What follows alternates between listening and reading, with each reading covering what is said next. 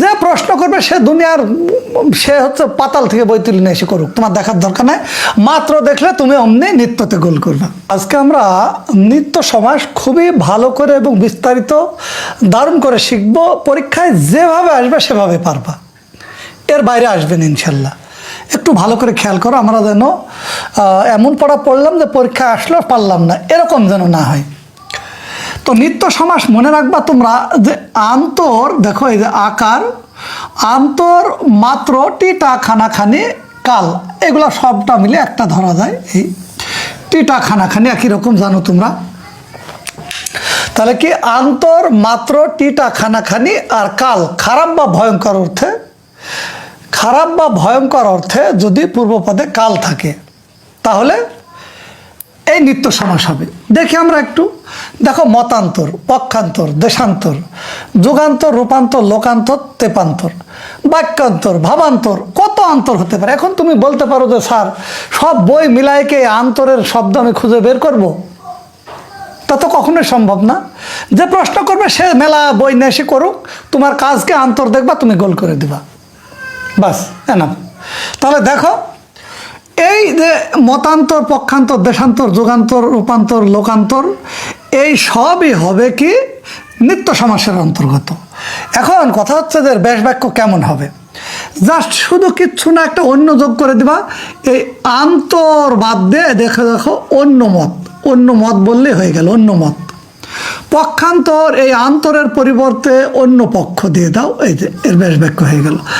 আন্তরের পরিবর্তে দাও অন্য দেশ, দেশের আগে। যুগান্তরের আগে এই আন্তরকে দিয়ে দাও অন্য যুগ, বাকিগুলো একইভাবে দিবা। কি হবে? অন্য রূপ, অন্য লোক। তবে একটা ব্যতিক্রম তোমরা একটু জেনে রাখবা, অনেক সময় দেয় তেপান্তর, যেমন এটা হয় না, এটা তোমরা ব্যতিক্রমের মধ্যে ঠিক করে রাখবা যে তিন প্রান্তের সমাহার, তেপান্তর, এটা হবে কি দ্বিগু। কি হবে? দ্বিগু। এবার দেখো মাত্র থাকলে কেমন, যেমন শ্রবণ মাত্র, দেখা মাত্র, যাওয়া মাত্র, চাওয়া মাত্র, কেবলমাত্র। এই কেবলমাত্র নিয়ে একটু কথা আছে, সেটা আমি বলছি। কত মাত্র থাকতে পারে, চাওয়া মাত্র, কত মাত্র থাকতে পারে, দেখা মাত্র ইত্যাদি, কত মাত্র। এখন এই মাত্র কি সব বই নিয়ে এসে আমি কি এখন খুঁজে বের করব? যে প্রশ্ন করবে সে দুনিয়ার সে হচ্ছে পাতাল থেকে বই তুলে নিয়ে এসে করুক, তোমার দেখার দরকার নাই। মাত্র দেখলে তুমি অমনি নৃত্যতে গোল করবা। হ্যাঁ, তবে এর ব্যাস বাক্যটা কেমন হবে একটু দেখে নি। এখানে মাত্র আছে, এই মাত্রর পরিবর্তে খালি এখানে কেবল বসাই দেবা, এই যে কেবল শ্রবণ। এই যে যদি বলে মাত্র, এই মাত্রর পরিবর্তে কেবল দেখা, এই জাস্ট কেবল দেখা। যদি বলে যাওয়া মাত্র, তাহলে কি হবে? কেবল যাওয়া। কি হবে? কেবল যাওয়া। একইভাবে কেবল চাওয়া। এখন কেবল মাত্র কেন হবে না? তোমরা জানো শুদ্ধিকরণে যে বিষয়টা আমাদের, এটা কিন্তু একটা কেবলমাত্র, এটা শুদ্ধ নয়, এটা ব্যাকরণিকভাবে শুদ্ধ নয়। কেন? আমাদের এটা শুদ্ধ হয় কেবল, কেবল লিখতে হবে, নাহলে মাত্র লিখতে হবে, যে কোনো একটা। কেবলমাত্র এটা কিন্তু বাহুল্যতে পড়ে যায়। কেবলমাত্র এটার ব্যাস বাক্য করলে কি হবে? মাত্র যদি বাদ দিই তাহলে কেবল কেবল হয়ে যাবে। তাহলে বুঝতে পারছো এটা তো শব্দই গঠিত ঠিক না। আমরা অনেক শব্দই বলি যা ব্যাকরণগতভাবে ঠিক না, তেমনি কেবলমাত্র এটা। তাহলে চাওয়া মাত্র কেবল চাওয়া হয়ে যাবে। ব্যতিক্রম দেখো অতিমাত্র, এটা মনে রাখবা। তাহলে এটা হবে মাত্রাকে অতিক্রান্ত। কি? অতিমাত্র হবে মাত্রাকে অতিক্রান্ত, এটা অব্যয়ীভাবে পড়বে, এটা তোমরা একটু খেয়াল রাখবে আলাদাভাবে। এবার দেখি লোকটি, পাখিটি, গাড়িটি, কলমটি, ডাস্টারটি, বোর্ডটি, টেবিলটি, চেয়ারটি, যা দেখবারটি, এটার ব্যাস বাক্য কী হবে জানো? একটি লোক, এইটি বাদ দিয়ে একটি লোক, এইটি বাদ দিয়ে একটি পাখি, এইটি বাদ দিয়ে একটি গাড়ি, একটি কলম। আর যদি থাকে টেবিলখানা, গাড়িখানা, তাহলে একখানা টেবিল, একখানা গাড়ি, এইভাবে যে একখানা গাড়ি আমি এখানে ব্যাস বাক্য লিখেছি। তো এই খানা খানিটি থাকলে এগুলা কি তুমি অবশ্যই নিত্য সমাসের অন্তর্ভুক্ত করবা। আরেকটা কি বলেছি? কাল। দেখো কাল, তাহলে কালটা কি?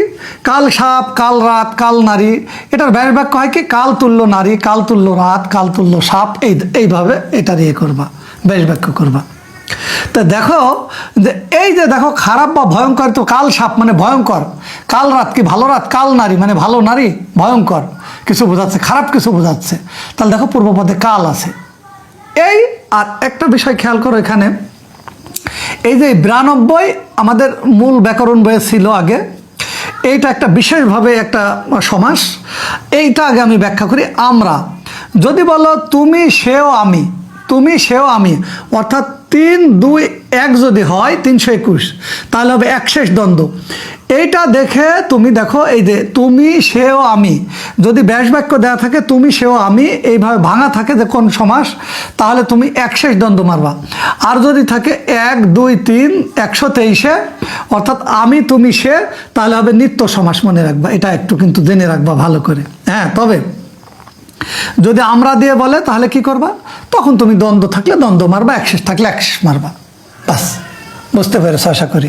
এটা থাকলে তো বোঝা যাচ্ছে না যে 1 2 3 বা 3 2 1 নাকি, সেটা দ্বন্দ্ব থাকবে, নাহলে নিত্য থাকবে, দেখুন একটা গোল করবা।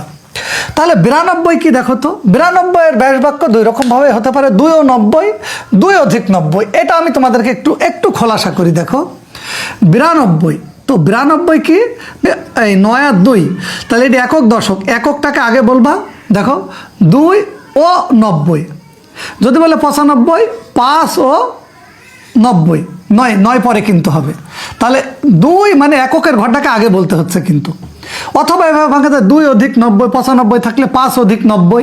এবারও তাহলে আমি এখন একটু রিভিউ করি। তাহলে কি আমরা বললাম, আন্তর মাত্র টিটা খানাখানি কাল, ভয়ঙ্কর বা খারাপ অর্থে, এইগুলো থাকলে আমরা কি বলবো, নিত্য সমাস বলবো। আরেকটা মনে রাখবা, আমরা যদি 3 2 1-এ ভাঙে তাহলে একশেষ, আর 123-এ ভাঙলে কি নিত্য।